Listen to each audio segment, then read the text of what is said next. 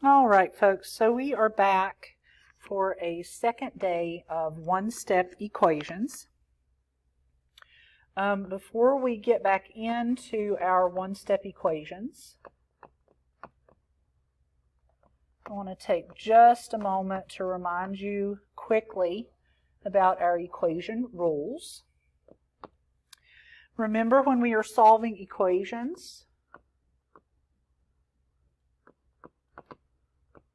that the first thing I always want you to do is draw a line through your equal sign. And I like that because it shows us that our equation has the two sides. It's important for us to know that an equation has two sides because this second rule is a biggie.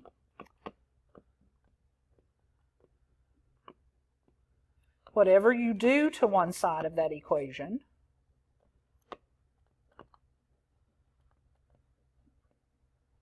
you must do it to the other side as well.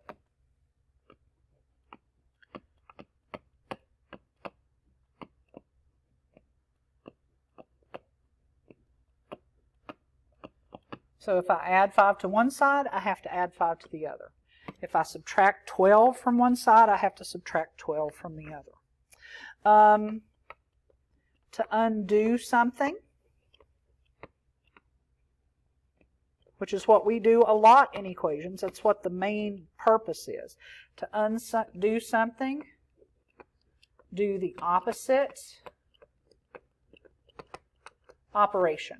So remember in yesterday's lesson, if we saw that the equation was adding something to x, we subtracted that something. If we saw that it was subtracting a number from x, we added that number. So you do the opposite operation. And then always remember what the goal is. The goal when you're solving an equation is to get x, or whatever variable it is in the problem, by itself. So we always want to get that x by itself. So these are the equation rules. Now you will recall that right now we are solving one-step equations, which means in the equation we will only see one operation, one thing happening to x, and our job is to undo that. So let's take a trip back to yesterday first before we move forward. So we saw equations like this yesterday. X plus 10 is equal to 13. I draw a line through my equal sign. And then I look at my variable, which is x. And I think about what the equation is doing to x. What one operation is happening. Well, this equation is taking x and it's adding 10. So add 10 is what's happening. That's what I have to undo. So how would I add 10? Or how would I undo adding 10? Well, the answer is I would subtract 10. And notice I'm doing that on both sides. The add 10 and the subtract 10, because they're opposites, cancel each other out, leaving x alone. And on the other side, you get your answer by doing 13 minus 10, which is 3. So x equals 3 is the solution for this equation.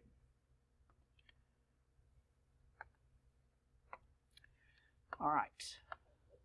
We also did problems like this yesterday. Let's say we have 15 is equal to x minus 7.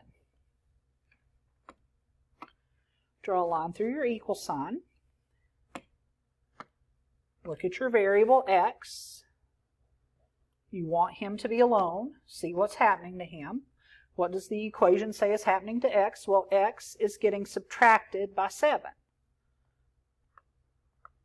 So subtract 7 is what this equation does to x, so that's what I have to undo. So the opposite of subtracting 7 is to add 7, and that's what I will do to both sides. The subtracting 7 and the adding 7, because they're opposites, cancel each other out. So my x is alone over here.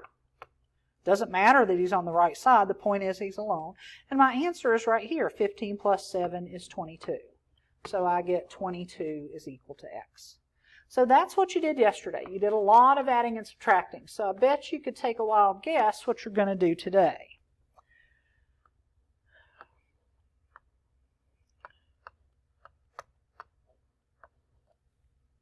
Okay, so let's solve this equation. 5x is equal to 20. I want you to start out the same way here by drawing your line through the equal sign. And then I want you to fix your eyes on that x, because remember the goal is to get him alone. So what I need to do is I need to look at this problem and I need to see what is happening to x. What is that one operation that is being done to that x? Well, I see 5x. And if I know my algebra, if I know what's going on here, I know that means that that x is being multiplied by 5. 5x means that x is being multiplied by 5. So multiplying by 5 is what I have to undo. The opposite of multiplying by 5 is dividing by 5. And I want you to notice how I'm showing that division. I'm showing that division with a fraction bar. If I do it to one side, I also have to do it to the other. So the multiplying by 5 and the dividing by 5 are going to cancel each other out on this side. That leaves x alone, which is what I want. And then on this side, I get my answer. 20 divided by 5 is 4. So that x in that problem should be a 4. And you know, again here, just a reminder that if you need to, you can check. You had 5 times x is equal to 20. You'll remember from our first chapter that when it's 5 times x, I want you to show that with parentheses. So this would be 5 times 4 is equal to 20, which is 20 equals 20. That checks out.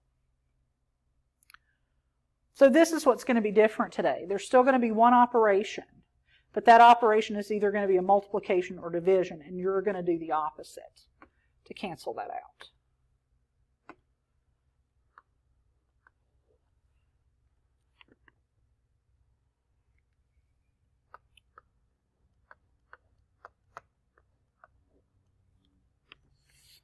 All right, let's take a look at this problem. We have a negative 4x is equal to 12. Start out by drawing your line through your equal sign. And now I want you thinking about that x. You want that x right there to be alone. So I need you thinking about what this equation says it does to that x. I see negative 4x. And when I see negative 4x, I know that means negative 4 times x. So in this problem, that x is being multiplied by negative 4. So that's what I have to undo. I have to undo multiplying by negative 4. Well, to undo multiplying, I divide. And you're going to divide by the same number, so you're going to divide by negative 4. If you're multiplying by negative 4, you need to divide by negative 4. I want to point out here and stress to you that we don't change the number. We don't change that number we're multiplying by. We were multiplying by negative 4. So when we divide, we change the operation to the opposite, which is divide. We divide by that same number, which is negative 4. So don't ever change the number. Change the operation it is doing. So when you see multiplying by negative 4, you divide by negative 4, by that exact same number. And I got to do that to both sides. So what happens is my multiplying by negative 4 that I have right here and my dividing by negative 4 that I have here cancel each other out. The x is alone. And 12 divided by negative 4 is negative 3. So x is equal to a negative 3.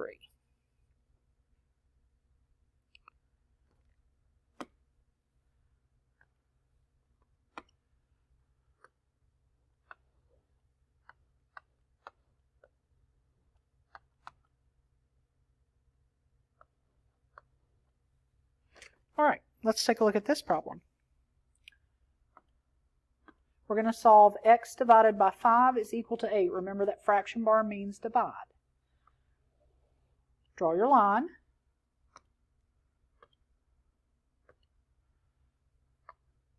Come up here and look at your x. You want to get him alone. So you need to look at this problem and think about the one operation that it's doing to that x. This is taking that x and dividing it by 5. So division by 5 is what this equation is doing. That's what you have to undo. So what's the opposite of dividing by 5? The answer is multiplying by 5. So I'm going to multiply by 5 on this side, multiply by 5 on this side.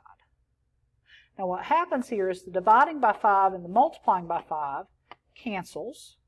So x is left all alone, which is what I wanted.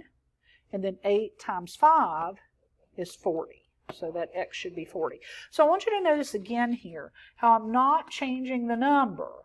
I change every single time the operation that number is doing. All right, so let's say we have this. Draw your line through your equal sign.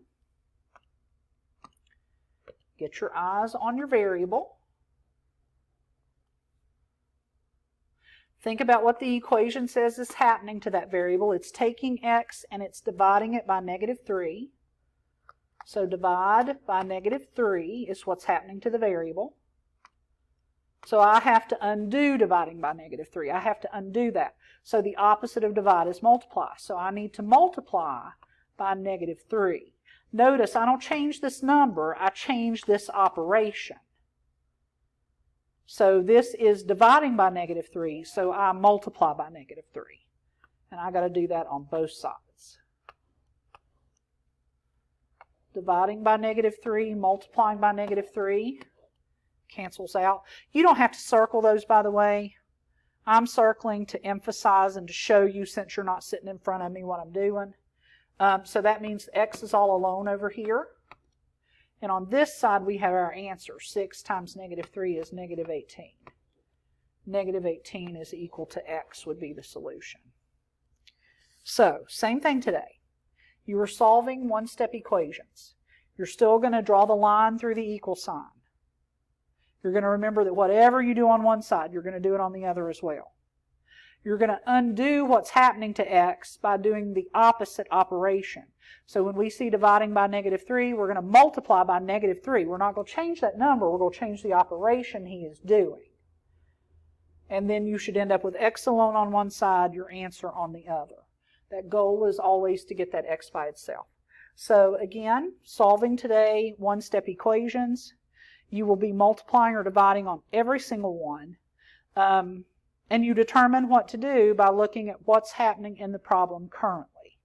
Thursday and Friday we will be moving on to two-step equations. Two-step equations, which will be kind of a combination of these two things that we've been talking about. So if there are any problems, any issues, please be sure and let me know.